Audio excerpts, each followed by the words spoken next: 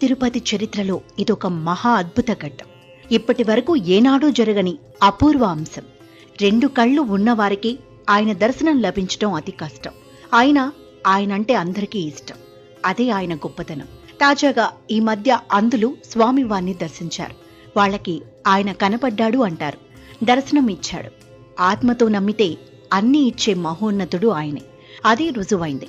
ఇలా అంధులు ఆయనను స్మరిస్తూ స్వామి ఆలయానికి వెళ్లారు. వాళ్లను దేవస్థానం అనుమతించి ఆదరించింది.